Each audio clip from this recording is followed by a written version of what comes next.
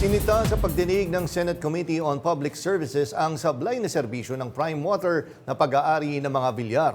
Ayon kay Senator Risa Ontiveros, kailangan ng solusyon sa mga issue at irregularidad na ipinapakita ng prime water bilang pinakamaraming nakuhang kontrata sa mga water districts. Dapat aniyang pagbayarin ang mga water service providers na sablay sa serbisyo.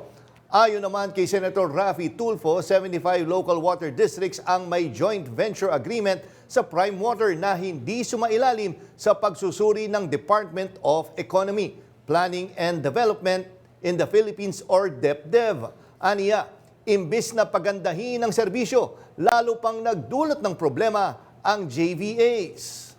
Tao sa holy water na ang tawag ng mga tao sa tubig sa gripo.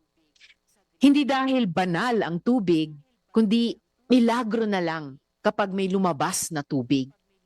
Kapag nagreklamo, pinagpapasapasahan lang daw sila sa iba't ibang opisina. Ang ipinagtataka ko at ng ating mga kababayan, pinasok ang mga JVAs with prime water para sa ikaunlad sana ng mga consumers at pati na rin ng mga local water districts.